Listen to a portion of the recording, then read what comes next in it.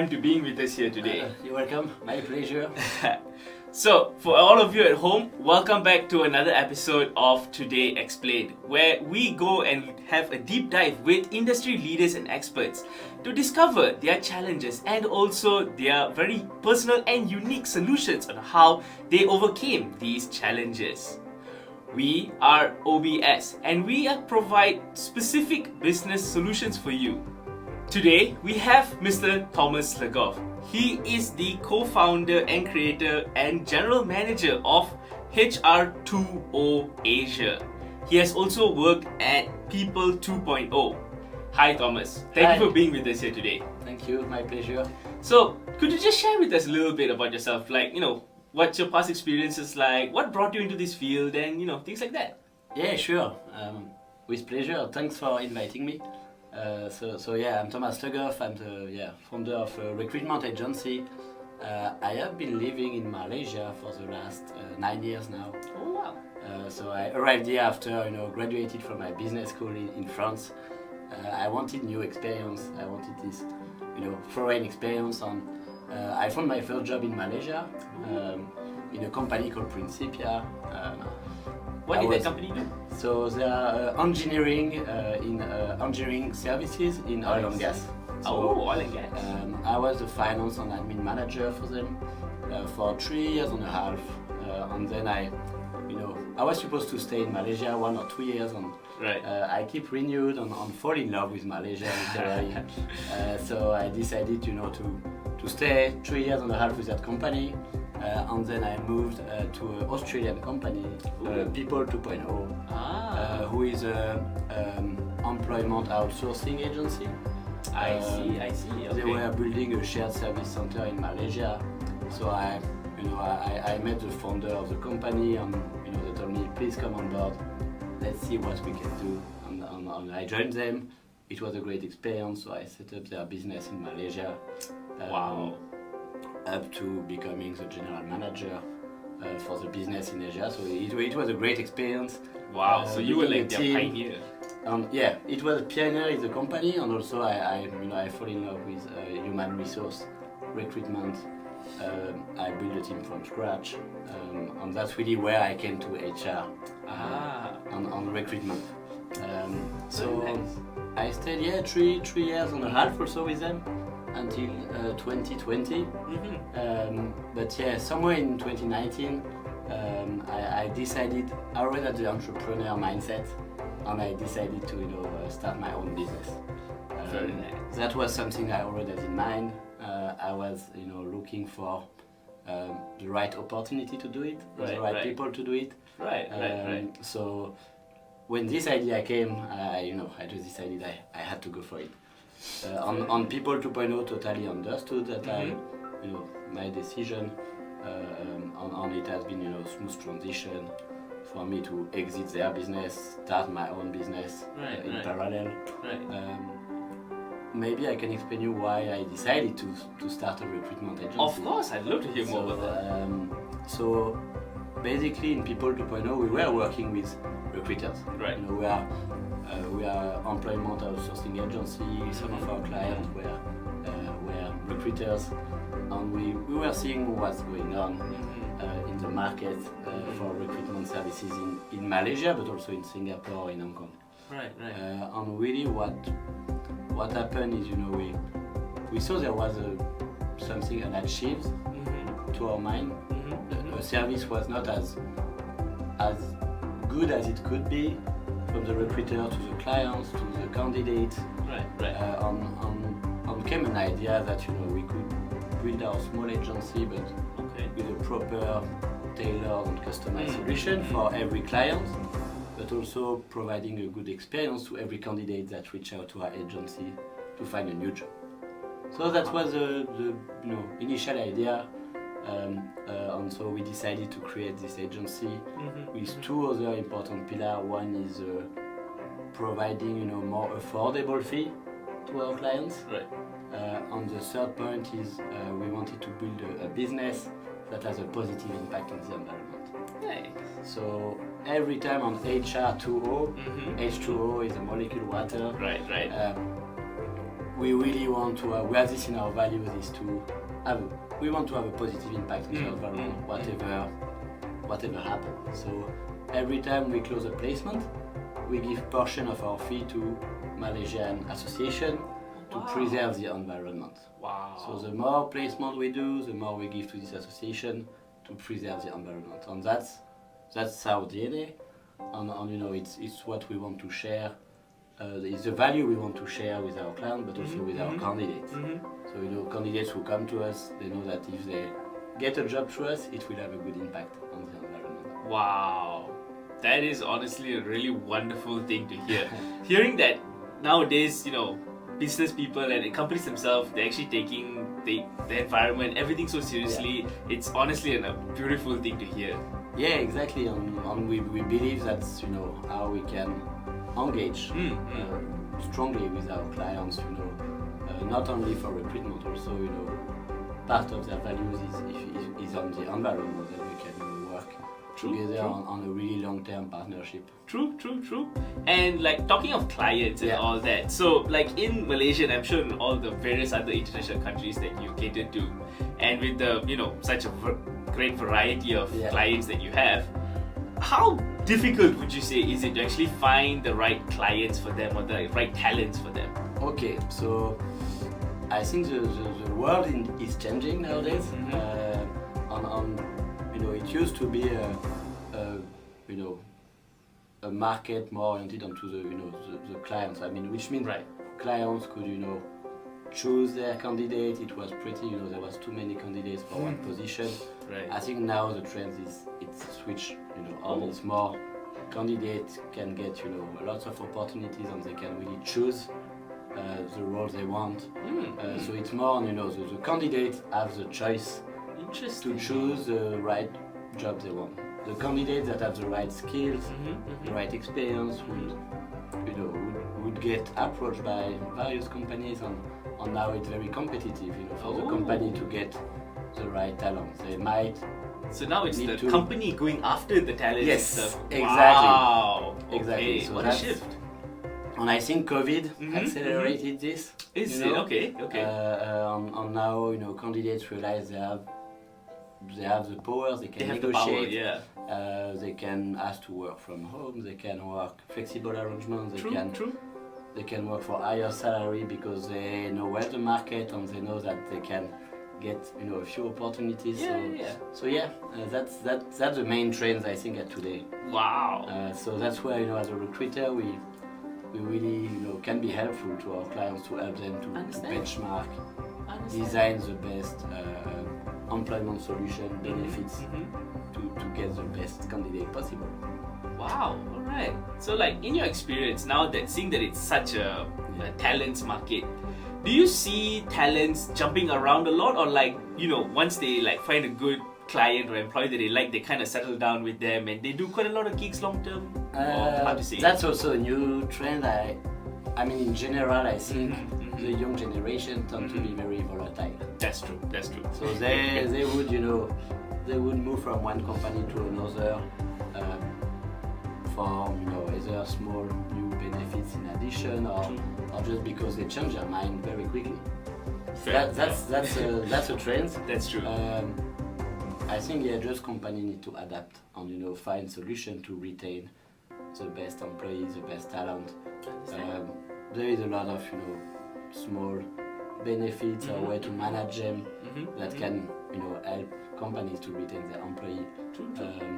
I think as an example, you know, it's now the young generation, you know, really they look for a company where they recognize themselves in. So, you know, they will go for the values. They don't always go just for the salary. Right. They really want to. It's a learning and growing experience. Yeah, they want to feel their values in accordance with what the company values is. Exactly. And that's very, very important at today for the young generation. Yeah. I can see that. All right, very nice. So, apart from, you know, the salary and wanting to be in there, what is something that clients can actually offer to talents? Like, hey, yo, I got this really awesome place. Why don't you want to stay with us here? I think it's all about the experience and the company culture. So building a culture that is, you know, adapted to the new generation is important. That's very true. Because it can be, just, flexible working arrangement. It can be the workspace, co-working space, very, lively environment. True. Company gathering, team building. It can be, even up to pet-friendly offices where you can bring your pet in the office. There is a lot of, small things that can improve the employee experience. That can, allow. Pet-friendly, is that becoming a thing now? It's becoming a thing in the US. Really? So, okay. I'm sure it will arrive to Southeast Asia probably, I think soon.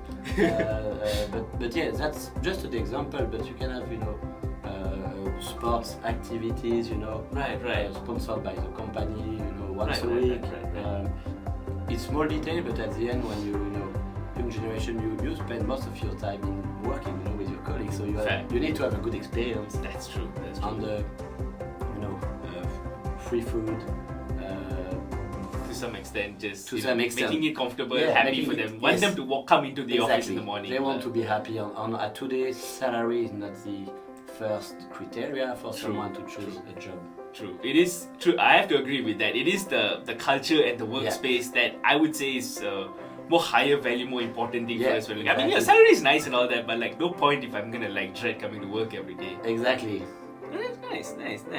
So I don't know. Now that coming end of the pandemic and these kind of things and all that, a lot of companies had to downsize. They had to cut out a few things here and there. Yeah.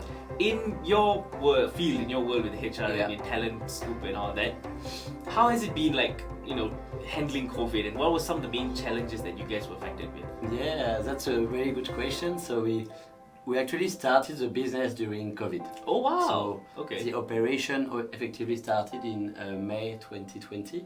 Ooh. Which were that's 2 months out after of the pandemic. out of the pandemic. So we didn't really know what to expect. Right. And we just took our first clients, helped them to recruit online, everything online, onboarding of the employee online.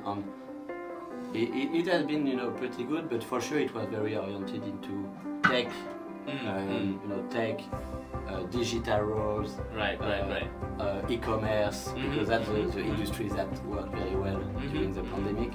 So we had a pretty strong database, of clients in this area. I don't think they have been affected much by COVID. Right. Okay. They continue their development, and they just sailed through the COVID pandemic, and they were still recruiting, still expanding. So that was an opportunity for us to really develop our service in these industries. Nice. But we also, we also work in engineering construction, which was some let's say LRT project.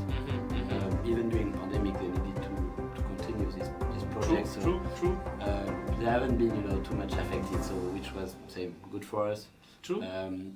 But we did meet some clients, in FMCG, in more in banking, in more traditional industry. That of course they were all freezing the hiring during the pandemic because they had to be careful about the future.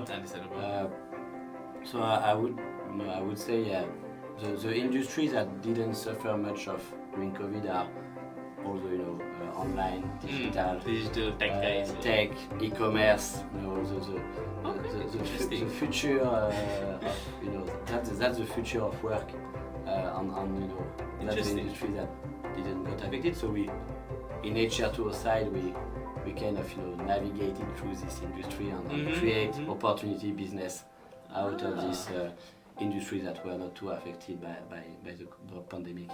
Interesting. So as all of these companies were evolving, some found a good way, some didn't. Did you notice a lot of them that started using outsourced services as some of their means for solutions to handling some of these changes? I would think yes, because when you outsource services, it's flexible, right? It's better than to have an internal team. True. Maybe sometime you will pay a bit more, but at the end, it's the flexibility of the service, and you are sure to have an expert. But let's say it's recruitment, you outsource, you have an expert in recruitment, so you pay a higher price, but at least you get a good service. On the day you don't need this service, you can just stop. In HR2O, we really believe that company should focus on their core activities. Right. Whatever you can outsource, it's good to be outsourced. Either it's accounting, either it's tax, either it's HR. You know, it's like you work with partners that are expert in this, and that's our vision, you know, of the business. Right. It's just a lot less headache for that company. Less headache. And at the end, you know, I know some company, for example, don't want to use recruiter because they think it's expensive. But if really, you know, you think the other way and think, okay, you know, you're gonna have a service from an expert that is going to provide you the best talent. At the end, it's for sure, you know, you win money to use external recruiters than struggling to recruit your own team on your own and spending, you know, 6 months, 1 year to find the right candidate. That's true. So that's only the same with, you know, accounting services or billing, or, you know, sometimes it's when it's not your area of expertise, it's just good to outsource.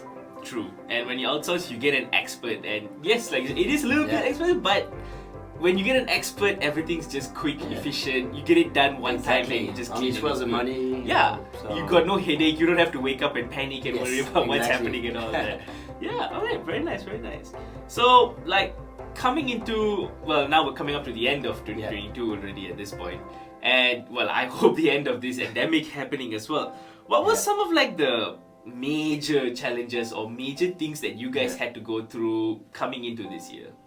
Okay, so during 2022. Yeah, during 22. I think what was, you know, the critical moment was, you know, the end of the pandemic, because you know, you adjusted to the pandemic, work from home, you know, run your business on a pandemic mode. Right.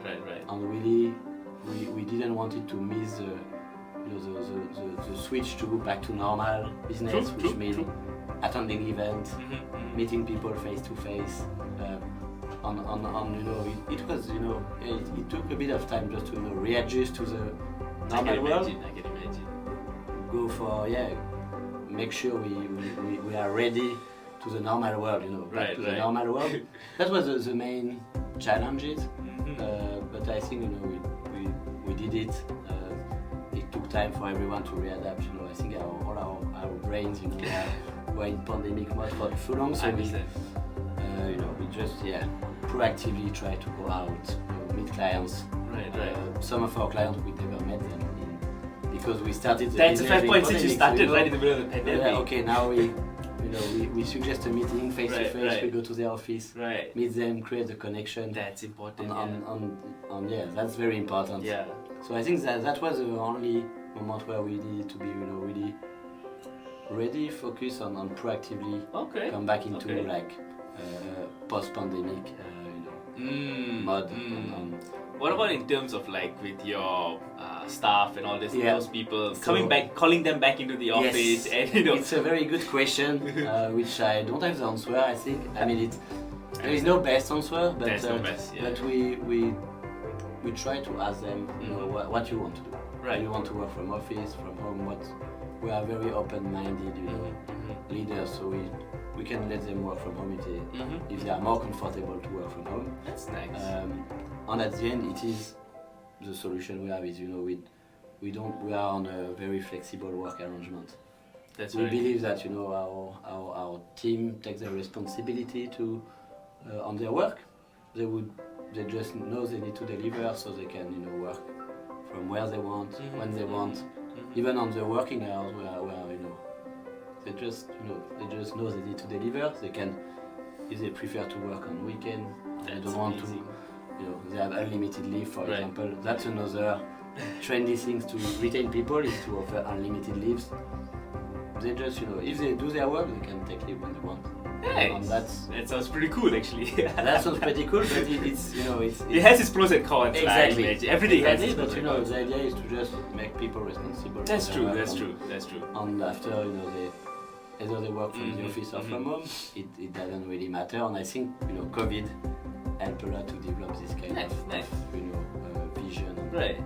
That's very nice. From what I hear, it's like you've built a really nice ecosystem of trust and co-workingness in your company. Exactly. That sounds like a really nice place. But very based on trust. I love that. I really do love that. So now, seeing that you've actually got a solid foot heading out of 2022, looking forward into 2023, what are some of the challenges or main obstacles you think are coming for you in this future, or in the world of HR? Let's wrap it up in a bigger scale. Yeah, I mean, in the world of HR, I think the key would really be for companies to adapt to the new generation, because mindset are changing, people are evolving a lot on I think making the company requirement meeting the candidate requirement and talent requirement is a real challenge. And I think some old business are today still they didn't realize that now the new talents want a specific expectation, specific vision on if you can't match the offer and the demand, it's not going to work. That's true. It's not going, and I think that's really the biggest challenge that big business that will success would have understood this and adjusted their offer to attract talent and make them stay. All right. And that's I think and for us as a recruiter, it's we need to make our client understand this, do the shift, adapt. Then we can help them to find talent on business that companies that are not able to adapt would have, I think, very a lot of troubles next year to recruit people and make people happy in their company. Understandable. So that's next year will be a key year, I think. That's the main challenge for next year. Yes, All right, exactly. very nice. But exciting one. Yeah. It does sound very exciting. It does sound very exciting. So, going in next year, we want to make sure that, I'm assuming you as well in your company, you want to make sure everyone's on their best gear going forward and the company is, focused and they know what they're doing. So, would you say like outsourcing and, getting rid of all the smaller nitty-gritty parts of it, just let the expert handle it? Would that be something that would be booming or something to look forward or want to prioritize going into 2023? I mean, I think we are getting there to outsource, and the new world of work is all about outsourcing. So you focus on your task, on your expertise, and then what you don't know how to do best, you work with partner and you outsource on it. To my mind, that's how I see tomorrow's business. Right. And I'm a strong believer that that's the best way to work, because you can't be expert in everywhere, and you need always to have partner for specific tasks, either accounting, HR, or any outsourcing services. So that's the key. I think there is already a lot of actors and people understood this. Now we just need to organize as best as possible the community to make sure you can find the right service provider when you need it, right? Understand. All right, I think that's I had a wonderful time sitting here and talking with you and all of this. So once again, thank you so much for coming and taking your time to be with us here and for sitting in with this interview with me. Thank you again so much, Mr. Thomas. It was my pleasure.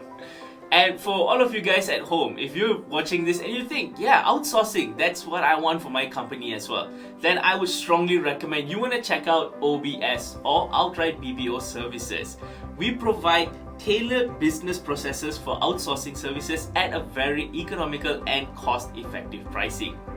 If you would like to know more about this, you could visit our website here or even just give us a call at the number below. I really thank all of you all for joining us here today, and I look forward to seeing you at our next video. Until then, see ya.